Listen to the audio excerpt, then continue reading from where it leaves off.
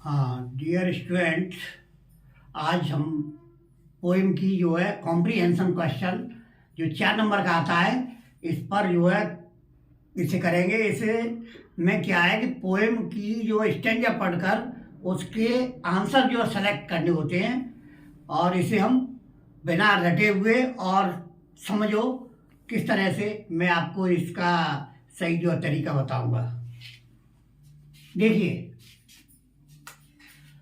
ये first flight है, उसमें से मैंने ये क्वेश्चन जो है पहली पोइम का लिया है, comprehension question based on stanza. तो सबसे पहले हम ये समझेंगे कॉम्प्रीहेंशन क्या होता है। तो कॉम्प्रीहेंशन को हिंदी में कहते हैं बोध, यानी समझ। जो पोएम आपने पढ़ी है उसमें आपने क्या सीखा है उसको जो है आधार पर इसका जो आंसर दिया होता है।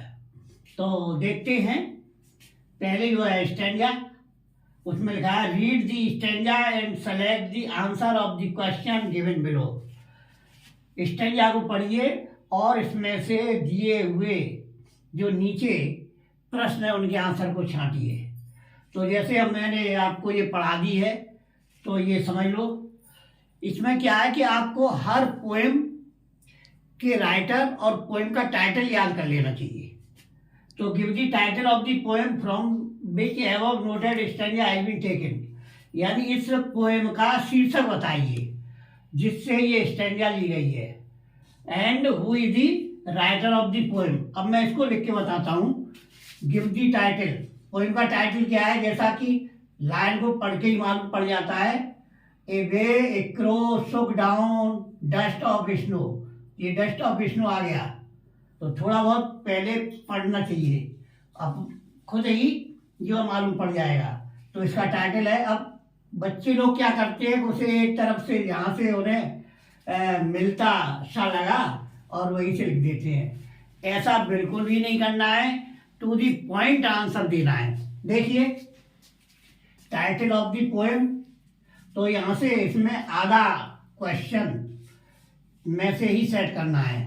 एवं नोटेड स्टैंजा लिखिए, दी एवं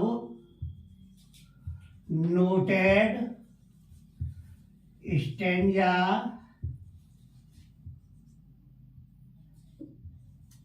has been taken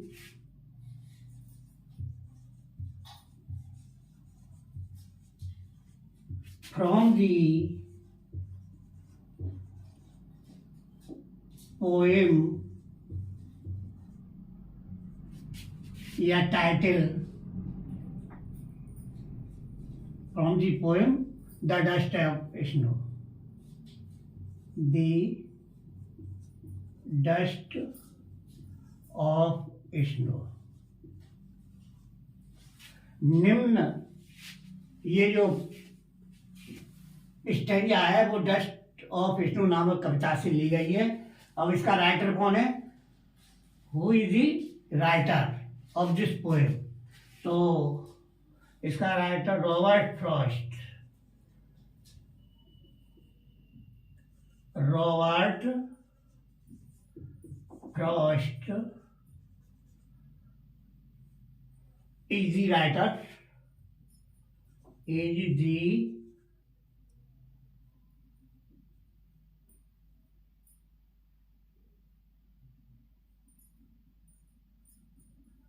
is the writer of this poem। यानी ये जो स्टैंजा है वो डस्ट ऑफ स्नो नामक कविता से ली गई है। इसके राइटर रॉबर्ट फ्रॉस्ट हैं। इस तरह से ये पहला आंसर हो गया। दूसरा आंसर देखो, what was the name of tree. पेड़ का नाम बताओ under which the poet was standing.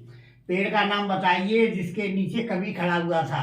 तो पेड़ का नाम क्या था, हमने हेमलॉक पढ़ाया था। तो यहाँ पर लिख देंगे व्हाट के लिए थिंग्स, किसी वस्तु का नाम लिखते हैं। तो hemlock,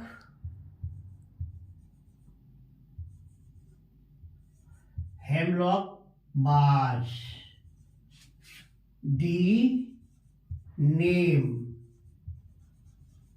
of tree under which, ऐसे के ऐसे ही, under which the poet was standing, under which the poet was standing. तो वृक्ष का नाम हेमलॉक था और जिसके नीचे कवि खड़ा हुआ था। प्रश्न है कि उस वृक्ष का नाम बताओ जिसके नीचे कवि खड़ा हुआ था।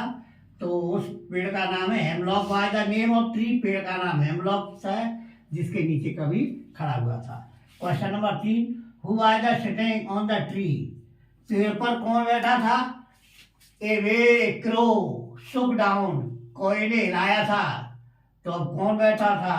फ्रॉम ए हेमलॉक ट्री, पेड़ से कोई ने हिलाया।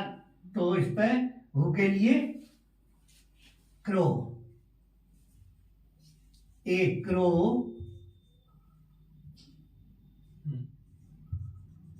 was sitting on the tree. पेड़ पर कौन बैठा था? पेड़ पर कौन बैठा था। क्वेश्चन नंबर 4 देखेंगे, what kind of hemlock tree is. Hemlock किस प्रकार का पेड़ है? तो हेमलॉक जैसे हमने बताया था ये जहरीला पौधा है। हेमलॉक वैसे इसे जो है सही उच्चारण इसका हेमलक है। तो हेमलक कैसा पौधा था? तो hemlock was a kinds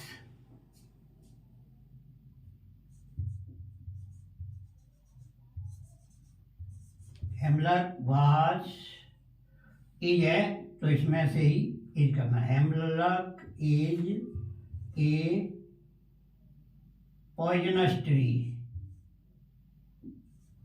poison, poison से बना है poisonous,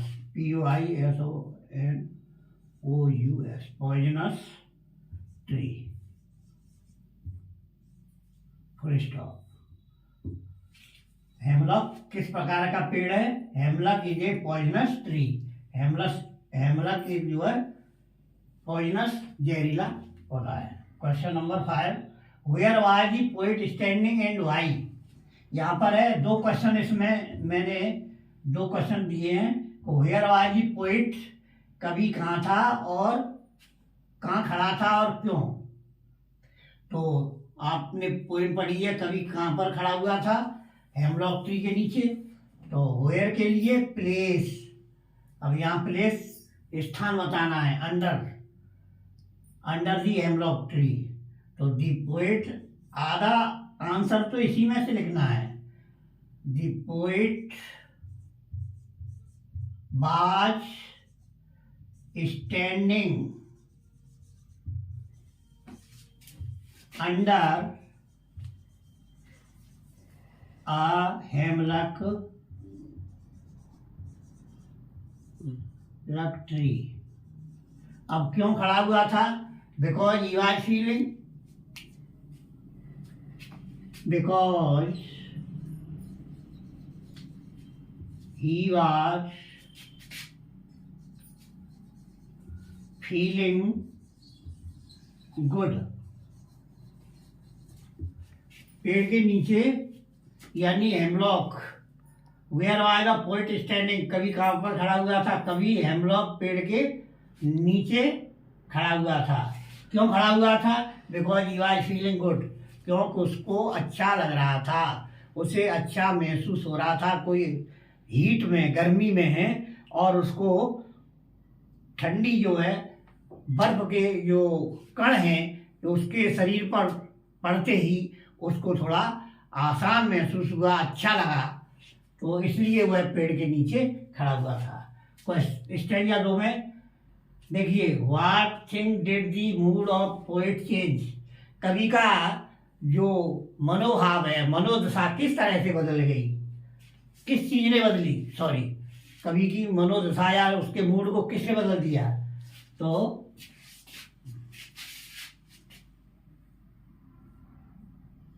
the dust of snow changed the mood off poet, यानी बर्फ की जो कण थे उसने कवि की जो मनोदशा थी वो बदल दी। Give the meaning of word rude, rude शब्द का अर्थ होता है ये, तो meaning of the word rude is the meaning of word, यही से लिखना है, the meaning of word rude is repent, REPENT, या फेल्ट सॉरी और फेल्ट सॉरी। इसका मतलब है पश्चाताप करना। रूट शब्द का मतलब है पश्चाताप और फेल्ट सॉरी या दुखी महसूस करना। तो ये जो है आपकी इस तरह से क्वेश्चन को पढ़िए और उसी में से सेलेक्ट करके टू दी पॉइंट लिखिए, रट्टा मत मारो। बच्चे क्या करते हैं कि उसे रटते हैं, रटना बिल्कुल नहीं है, उसको जो है पढ़ के और हमें आंसर सेलेक्ट करके लिखना होता है, छांट के लिखना होता है। बच्चे लोग करते हैं कि उनको मिलता था दिखा और वहीं से वो उतार देते हैं, ये गलती कभी मत करना। मैं आपको ये बार बार कह रहा हूँ, सेलेक्ट यानी उसी में ऐसे छांटो। और वीडियो अच्छी लगे तो इसको सब्सक्राइब जरूर करो। आप में एक बहुत बड़ी गलती है